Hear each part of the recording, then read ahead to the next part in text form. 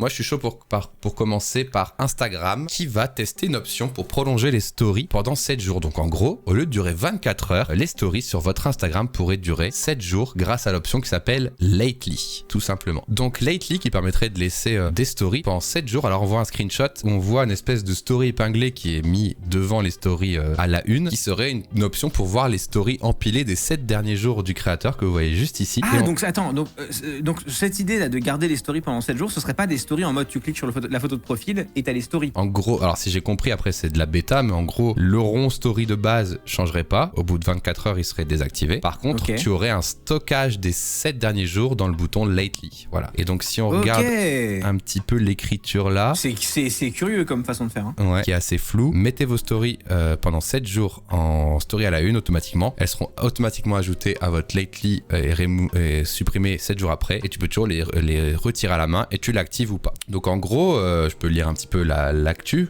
Mais je pense qu'on a un peu tout deviné. Depuis l'application 2016, les stories ont fait le succès d'Instagram, voilà. Ce format éphémère n'était disponible que 24 heures et Instagram cherche une nouvelle manière de les rendre ses contenus accessibles plus longtemps. En ce sens, la plateforme teste en ce moment un nouveau format story nommé Lately, soit récemment si on le traduit en français. Et l'option permet d'ajouter à côté des stories à une story qui affiche vos dernières stories des 7 derniers jours. Concrètement, cela signifie que vos stories de 24 heures pourront désormais être consultées dans cette archive. Pour faire un petit parallèle, c'est un peu ce que faisait la version payante d'Instagram. Tu sais, quand tu faisais des stories pour abonnés payants, ça créait un petit stock des stories pour abonnés payants qui durait plus que 24 heures. Pourquoi ? Parce que tu peux imaginer qu'un abonné payant qui s'abonne à ton Instagram payant pour 3 euros par mois ou 2 euros par mois, t'as envie de pouvoir le garder et pas devoir épingler à la main, mais c'est un peu ce que ça fait là en mode gratuit du coup. Cette nouvelle fonctionnalité permettrait à Instagram de capitaliser davantage sur les stories et aux créateurs de gagner du temps de création et de proposer une alternative aux stories à la une. Il est vrai qu'aujourd'hui on met beaucoup d'efforts dans les stories, on monte des choses vraiment des fois hyper travaillées et ça disparaît au bout de 24 heures. Alors effectivement il y a les stories à la une, mais bon ça se perd assez vite dans une pile de stories déjà mis à la une, donc un peu dommage. À noter que l'option est actuellement en phase de test pour un nombre limité de créateurs. Pour terminer, on peut parler de bataille de l'attention. Ces dernières semaines, Instagram a fait le plein de nouveautés avec de nouveaux stickers pour les stories, changer son algorithme au profit des petits créateurs ou encore des carousels photos de 20 photos maintenant, de 20 slides, une dynamique... Oh putain, c'est long.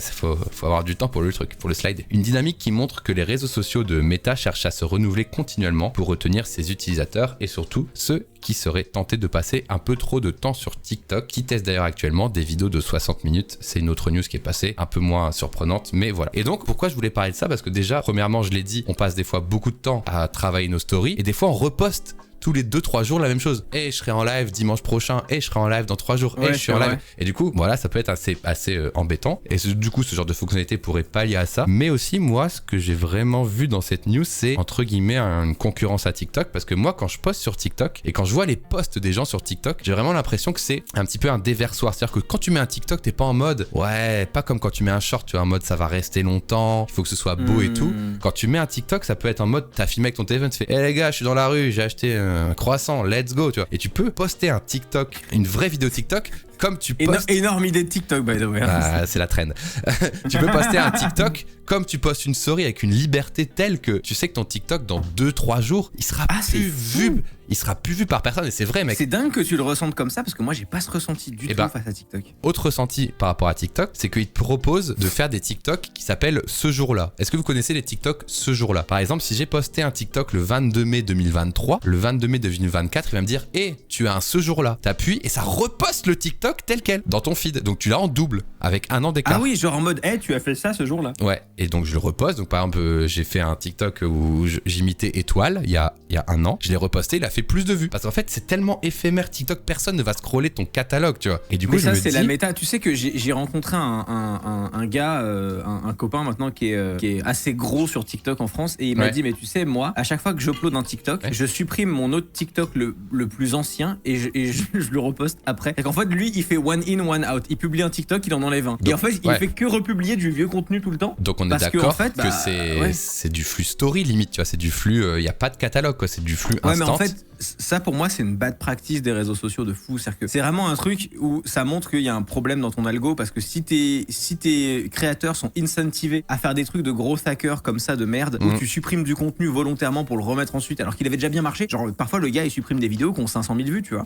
mais il les remet et elles font 200 000, 700 000, machin. Mais du coup c'est pas une bonne practice. L'algo devrait par lui-même repousser la vidéo dès qu'il sent qu'il y a des gens à qui elle pourrait plaire. C'est stupide de faire ça. On est d'accord que TikTok marche pas du tout. J'ai jamais vu de vieux TikTok, moi. C'est dans les 3 jours après, ton TikTok il est mort de chez mort, quoi. Très honnêtement, après on peut en parler 2 minutes si tu veux, et je vais donner mon avis sur ce truc d'Instagram aussi. En fait, moi, si tu veux, la vision que j'ai de TikTok aujourd'hui, c'est très simple. C'est je sais plus combien je dois avoir un truc comme 140 000 abonnés TikTok. Tu vois. Moi, ce que j'aime, c'est, tu vois, genre j'ai une équipe qui bosse sur la chaîne YouTube. On fait ça sérieusement, c'est un boulot et tout machin.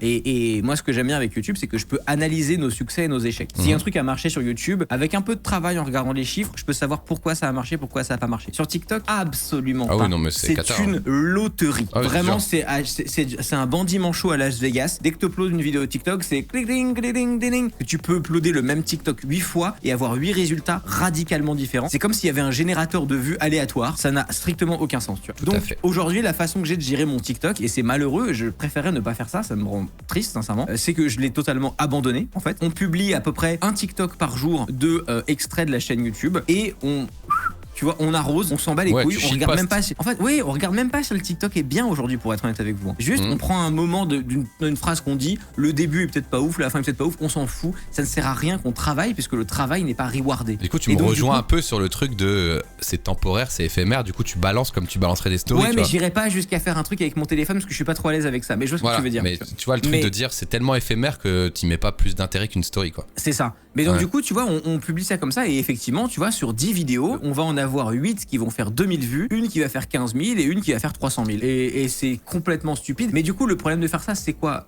C'est que moi, TikTok m'a totalement désengagé, en fait. C'est-à-dire que moi, en tant que créateur, tu vois, moi, je suis totalement désengagé. Là, tu vois, je vais décrire ce qu'on voit à l'image, du coup, mais tu montes mon compte TikTok, donc j'ai épinglé ceux qui ont le plus marché. Il y a du 1 million, 1,7 million, 1,3 million. Et là, tu vois, on a mis des TikTok de l'interview de Xavier Niel. 2000 vues, 62 000 vues, 9 000 vues, 17 000 vues, 43 000 vues, 87 000 vues. Ce qui est chiant, c'est que oui, ça fait des stats, mais c'est des stats qui ont peu de valeur. Et surtout, moi, je suis totalement désengagé de la plateforme. C'est-à-dire que je m'en fous. Mais c'est-à-dire que là, tu vois, demain, on me dit, TikTok, ça marche plus, tes 133 000 abonnés, ils vont à la poubelle des eaux, bro. Ça ne me change, je n'en ai rien à foutre. Je n'ai aucun affect. Tu vois ce que je veux dire? Et c'est dommage parce que j'en ai eu à une époque, et j'ai encore de l'affect pour TikTok en tant que consommateur. J'aime beaucoup regarder TikTok, je regarde tous les jours. J'ai un super bon feed, mais en tant que créateur, c'est une cata, c'est vraiment ça horrible. n'a aucun intérêt. Rapidement, le chat, vous en pensez quoi du coup de ce truc story 24 heures? Alors déjà, faut aussi peut-être préciser qu'ils le mettent là épinglé à la une parce qu'ils testent, et peut-être qu'un jour ce sera vraiment ton rond de story qui sera à 24 heures, on sait pas. Mais en tout cas, en l'état, vous en pensez quoi? Moi j'aime bien parce que j'ai un peu le FOMO de la disparition, tu vois. C'est pour ça vrai qu'on n'a pas demandé au chat, t'as raison de demander. Parce que moi j'ai un peu le FOMO de quand je fais des belles stories et tout, bon elles sont dans mes archives, mais si je les épingle à la une, là j'en ai des millions, ça a plus d'intérêt parce qu'il y en a trop, enfin tu vois. Et du coup je trouve ça sympa, je sais pas, ça m'engagerait à faire des meilleures stories. 24 heures c'est super court. Mais c'est marrant, toi ça t'a vraiment marqué, donc toi tu te dis c'est un truc, ça me donnera envie de plus investir sur les stories. Ouais, en fait marrant, déjà 48 heures tu te dirais, il y a plus de gens qui vont le voir, même des gens qui squattent moins leur téléphone, alors que moi j'ai mis un peu plus de temps sur la story par exemple.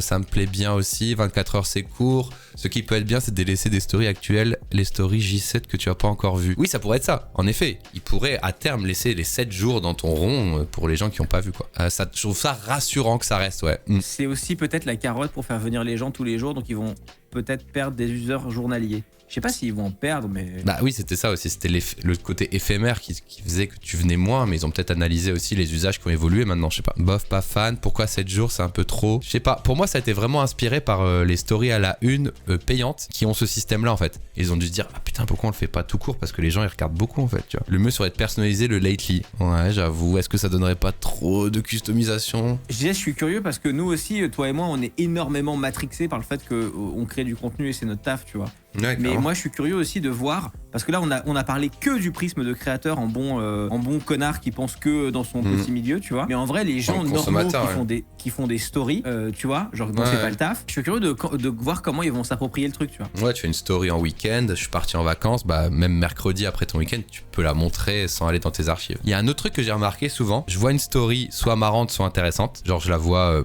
je sais pas, 8 heures après qu'elle soit postée, j'appuie sur le bouton partager, je l'envoie à ma meuf. Et le soir, elle regarde et marqué story indisponible. Ah oui, bah alors ça m'arrive tout le temps, c'est insupportable. Effectivement, quand tu partages une story à quelqu'un et que la story est finie, bah elle peut plus la voir. Il devrait la sauvegarder juste quand tu la partages. Ok,